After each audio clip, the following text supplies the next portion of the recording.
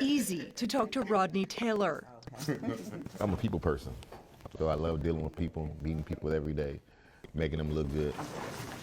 We met Rodney trying to help people who sit in his chair through a program where barbers talk to clients about lung cancer screenings. Rodney told us making those connections comes easy. Once they feel comfortable in their surroundings and know what type of person you are, they feel more comfortable to open up to you. It's what's happening to him now that he says is so hard to connect. All right, we're trying this again. Okay, so is it working? Rodney! Hey! Oh my gosh, we finally connected! He was arrested by ICE and is now not behind his chair, but behind bars. It's a life-death situation. To understand, we have to go back to 1980, when Rodney's mother brought him to the U.S. from Liberia. He was 2. Born with clubbed hands and feet, she brought Rodney here for amputation surgeries under a medical visa. He's lived here ever since, but his applications for citizenship have been denied. I feel like I'm at my wit's end. You know, I rely on prayer. That's because Rodney pled guilty to felony burglary charges when he was 16. 16 years later, the Georgia Parole Board pardoned that conviction. But the crime makes him ineligible for amnesty programs for minors. ICE officers cite the burglary case on his detention order now. They're still trying to prosecute me for something I did 30 years ago as a child.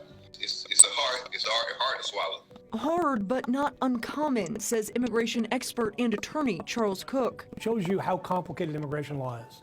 Somebody who's been pardoned by the state, been forgiven, moved on with his life. Now, decades later, ICE comes along and says, hey, we're going to arrest you and deport you to a country you don't know. The latest Pew Research poll shows 59% of Americans approve of increased efforts to deport people who are undocumented.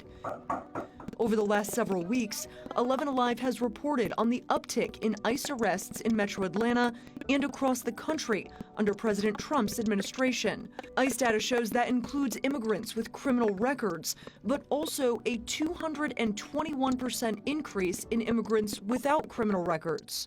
The reality is our laws have not changed. Our laws haven't changed in 30 years. What's changed is how they're enforced. We talked to a spokesman from ICE who told us the removal case against Rodney is moving forward because they do not accept the type of pardon he received. The Department of Justice told us it has no record of Rodney's case and won't until he's charged. But 3 months after his arrest, that still hasn't happened. Behind bars, Rodney is trying to stay positive, helping other detainees get ready for their court dates. They allow me to know to cut hair, do what I do, pass the time. He's hoping to get back behind the chair for good. As long as I feel like I'm helping somebody, I feel good. Reporting in Tucker, Caitlin Ross, 11 Alive News.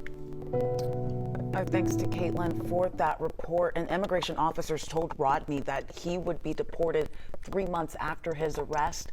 That would be this week, but he has still not had a court date.